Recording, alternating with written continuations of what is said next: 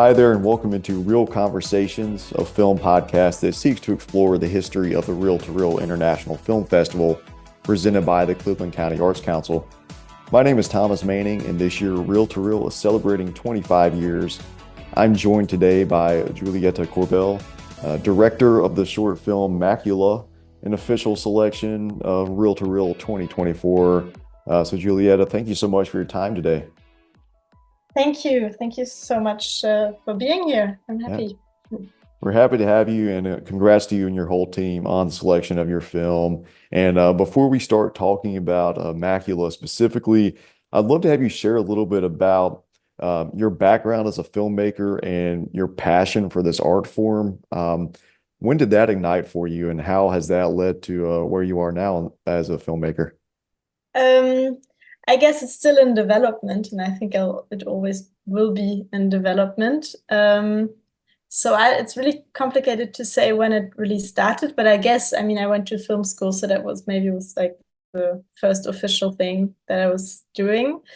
But yeah, I come from a family of art makers or artists, I guess. So they never really told me how to, I don't know, guess do something that is is more in the system. So I really, yeah, I started with painting because my grandfather is a painter, and then I went on to study sculpture at art school. And then I started documenting those installations, and I became interested into video. And then from video, I was thinking of having going maybe in a different route, less conceptual, and maybe trying to do something that is more, I don't know, I would say maybe down to earth. I don't know if you can really, but I guess more of the technical side of making films. Um, and which is, filmmaking is really not much of a conceptual art making, I don't know, yeah, way. I mean, I guess I always try to come back to concepts that interest me, but yeah, so, and then afterwards I went to film school, and that's how it all started, I guess. Yeah. And so you mentioned your grandfather was a painter. Was that some of the direct inspiration for this film? Yes, of course. Yeah. Yeah. He inspired me a lot because we were quite close. He was kind of like my father figure, and I grew up with him. And so when he passed away, it was kind of probably the most significant moment of my life, of my existence. And there were a lot of emotions and a lot of, it was a very long grief process that informed a lot of things that the way I think look at things today are because of this grief process that I've been through, or that I had gone through when I was like 19 years old. So it's and after a couple of years, I really came, I don't know, it ignited a sentiment of happiness, profound happiness, and profound thankfulness. So I don't know, it really changed a lot of things for me and the way I live my life today. So and I think that was the starting point of this emotion, of this maybe deep lostness of this person that is not there. I don't know, in French you say vide. It's like the emptiness that you can feel, and then also the deep, I don't know, profound happiness that you can find within that, you know, existence. So it was kind of, it was kind of like a big starting point for this short film, which probably can't express all of it in such a short amount of time, but I tried. So yeah. So at what point did you decide that you wanted to explore this grief through this film? I guess how many years after you lost your grandfather did that idea start? Um, I don't know. It depends. So he died like almost 10 years ago already. It's going to be 8 years, 9 years, yeah, something like this. Um, and the grief process was probably around 2 years. 1 year properly, 2 years, I would say, And I think at the end of the second year, it really ignited something. I don't know, it was something, there's a lot of, yeah, I don't know how to say that, but I think I haven't, the reason why I'm so, I can have happiness as I feel it today is because of that process that I went through. And so I didn't, at the beginning, I don't like to do anything that is autobiographical, and it turned out to become through the writing process something autobiographical. I didn't start out as something like this. I wanted to, I wanted that the subject informs something, but I didn't want to make it too close to home. But then it developed to something that is very personal. So yes, I don't know if I answered the question.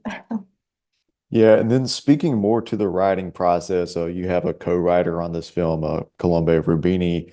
Yes. So were there certain areas of the writing that she focused more heavily on? I guess what did each of you respectively bring to the writing process? Yeah, so Colombe, she is a friend of mine. We did film school together. And she's quite, I feel like she's a very much a writer, somebody who thinks in solutions and is quite quick to find something that works in, I don't know, an ABC narrative that you kind of always need as a structure. And me coming from film school, I'm very much messy in my writing, and it's more about concepts and I don't know, ideas. And so I really needed somebody to structure me in that writing process.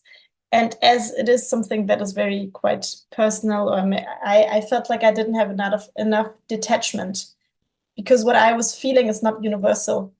And my relationship that I had with my grandfather is not a universal relationship.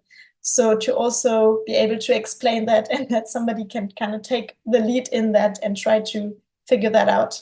I think that's always the biggest difficulty when writing something that is autobiographical, because nothing that you live as something yeah, it's not universal. It's difficult then to yeah, to put that into scene. And I guess so Colombe really helped me with that, trying to ask the questions where I wanted to go and how this could inform that, and make a narrative that works. But I don't know if I don't know if the film really explains everything that I wanted to. I think it was too big, and too, yeah, I guess it was maybe too conceptual. Looking back now, I would have done things much differently, probably, yeah. So what are some things that you would have done differently now that we're talking about it? Well, I guess I would probably have had more confidence in my feeling, in what I wanted to express at the beginning, which is maybe not universal, but I think the film would have benefited from something that was more. I felt like I needed to fit into like a narrative story for it to work, for it to tick, I guess, for people to understand what I was trying to say. And so I needed somebody who helped me with that. And I think I should have just done something messier and something more intuitively. Yeah, and maybe the film would have been even worse, but at least I would have had maybe the satisfaction of trying to really go through, try to really, yeah, have more confidence in myself, I guess. And that's, yeah, I guess you learn step by step. But I don't know, I know it's in the US it's very different, but the financing of films, but the short films or any film, like feature films in Europe are state financed. I don't know how do you say that, yeah. So in order to get financed, you need to really, I don't know if you would say tick the boxes, but you need to have something that works as a narrative for it. So I couldn't have just gone and done anything, because then I wouldn't have been able to pay people to help me do the film. So it's always kind of this balance of trying to do something that works for the to get financing, and then also something that is honest and tries to question maybe things. So yeah. And with the casting process, I think every actor in this film fits their role perfectly. And I imagine it was pretty challenging to find exactly the right talent for each role. I mean, there's only, I guess, two or three main actors, but how did you seek out that talent and find who you wanted in the casting process? Um, it's true. It's always quite difficult, especially because kind of the main character was heavily inspired by what I might have gone through. And so it's very difficult to cast something that is close to you. I would say for Isaline, the main actress, it was quite natural. I don't know. I just had a sentiment that I wanted somebody who has this kind of wall up in her way of being and not wanting to be vulnerable because everything was already so heavy. And I felt like a strength that I really, really admired. I think I admired her. And so that's why I wanted her to play this role. And for the boy, I wanted someone who had kind of this I don't know, this out of nowhere experience, kind of this artist, but it's like as if he wasn't really real. Something that is, and Vidal, the boy, he's very confident. He is also playing, he's like a child actor. And so I'd seen him already in a couple of films in Switzerland. And there are not many child actors. And I guess it was also his physique that stood out to me, and his confidence at such an age. So yeah, this artist confidence, I guess. Yeah, I liked it. So it was quite easy. I don't know. Yeah, yeah. And the painting that is so central to the story, is that an actual painting somewhere? Where did that particular painting come from, and why did you want to weave that into the story? Was that something from something that your grandfather actually had done? So that's a mix in the studio. In the first scene, you'll see like this atelier, the studio of the artist, and we put a couple of paintings, but some of my grandfather's that we still have, and then some other ones. And the painting in the film is something that I painted myself because the painting had to resemble to a location, and we had to find the location first, and then somebody had to paint it.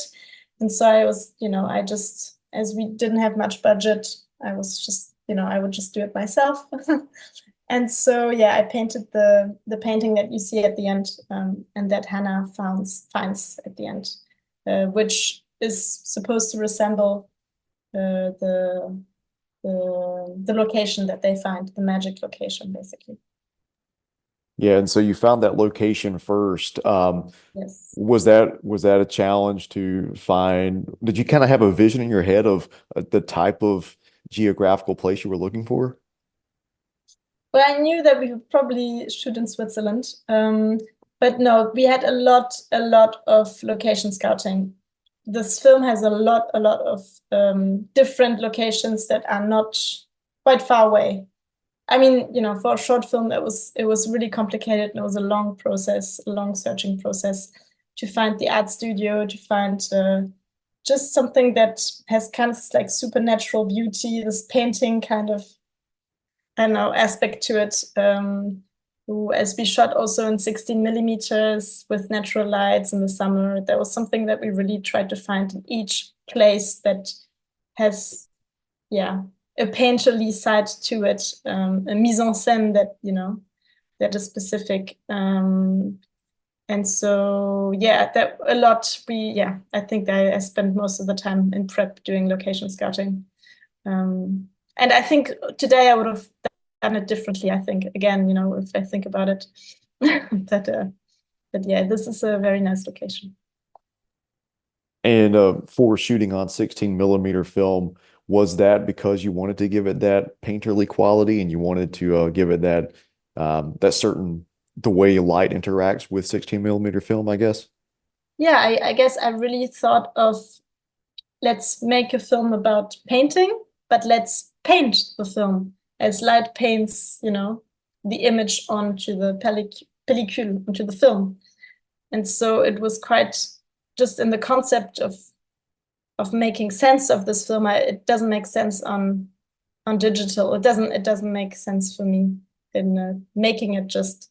Maybe I could have faked it and we could have just put on some grains and whatever. But I really wanted also the experience of making film, shooting in 16 millimeters is very different, because you have to be very specific, and we didn't have much. We had a limited amount of film, so you're much more specific. You don't do many. I don't know, how do you say, many times the scenes. You don't repeat many. I don't know. Right. Takes. Yeah, yeah. Takes. So at Yeah. the end, I think we only had like 4 hours of shooting material for this film, which is really not a lot. Yeah. Yeah. And there's one particular sequence that I really loved, and it's the running sequence through the street with Hannah and the young boy running down the street. Was that filmed on the back of a car, or was it filmed on a Yeah. bike? Yeah. Yeah. Back of the car, just door open. I don't think we even had the authorization for the street, and we just hoped that it worked. And then it's like an editing thing as well. It's because we repeat the scenes, and it's this running. It's this kind of what was, this was again kind of like this intuitive thing that I wanted to put into the film, and that I maybe wished that I would have put had more confidence in trying to do more of those things like this. I really love profiles. I really like when you have the profile in a film. I really like running. There's something that is repetitive, that is something about breath, there's something about movement that you can capture in film, that is something that you can't capture in any other medium, I feel. And so, yeah, it's this repetitive thing where you're running, you're outside, but you're very much inside with yourself. And, that was the idea of the scene, to get closer to Hannah and the boy, which is quite intimate, this running scene for me here. Are there any other movies that come to mind that almost served as an inspiration for that running sequence, or are there any other famous running scenes from movies that have stuck with you? I don't know. It's always very difficult for me to, it's always a question of references. And the thing is that for me, it's really tough to disclosure my references. So I'd rather not, because I love big avant-garde movies, but I also love the classics and any, commercials. I don't know. It's a mix, and it's very difficult to answer that question Yeah. always. It's like, what's your favorite film? It's really, but I guess, yeah, there was I don't know, there was a Greek film that I've seen a couple of years ago, which what is it called again? It's called. I have to look it up again, because it's the film we finished. Or I've written it, I think, like 2 years ago. So now it's only came out, and it's been a while. But yes. Well, Julietta, again, it has been a privilege speaking with you today, and I appreciate your time, and congrats on the film, and congrats on your selection to our festival. I know that our audience is really going to enjoy it, and looking forward to showing it to them.